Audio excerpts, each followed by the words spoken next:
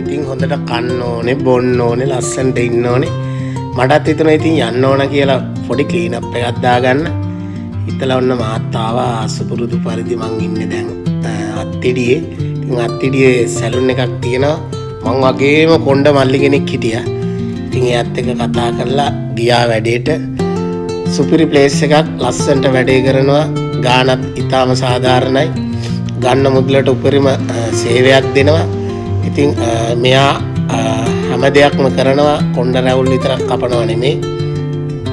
ඕන වැඩක් පුළුවන් කොල්ලෙක් ඉන්නේ. එයාට ලේඩීස් ජෙන්ට්ස් දෙගොල්ලන්ගේම ඕන වැඩක් කරනවා. කොණ්ඩ ස්ට්‍රේට් කරනවා, රීබොන්ඩින් කරනවා. එතකොට තව මොනවද කලර් කරනවා, ෆේෂියල් කරනවා, ක්ලීන් අප් කරනවා.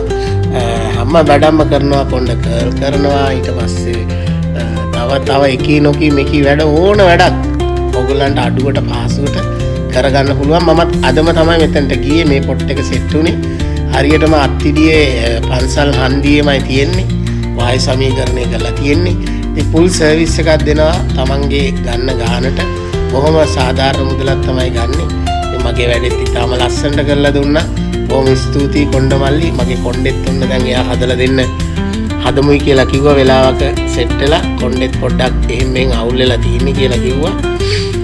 කොල්ල වැඩකාරයා ඉතින් ඔන්න ඕගොල්ලන්ටත් කොළඹ ආවට ඉන්නවා නම් එන්න පුළුවන්. මගේ යාළුවෝ ඉන්නවා කලාකාරයෝ ගොඩක්. ඔය ඩෙඩ්ලොක් කරගන්න කැමති අය ආරේ වෙයි ඉන්නවා නම් ඒගොල්ලොත් එන්න. අහිංසක කොල්ලෙක්, වැඩකාරයෙක්, නිහඬ වැඩකාරයෙක්. ඉතින් ඔන්න ඔයාලටත් එන්න පුළුවන් මෙතනට.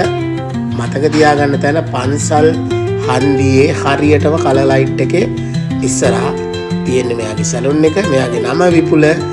වැඩ සුපිරිම වැඩක් කළා දෙයි වාට.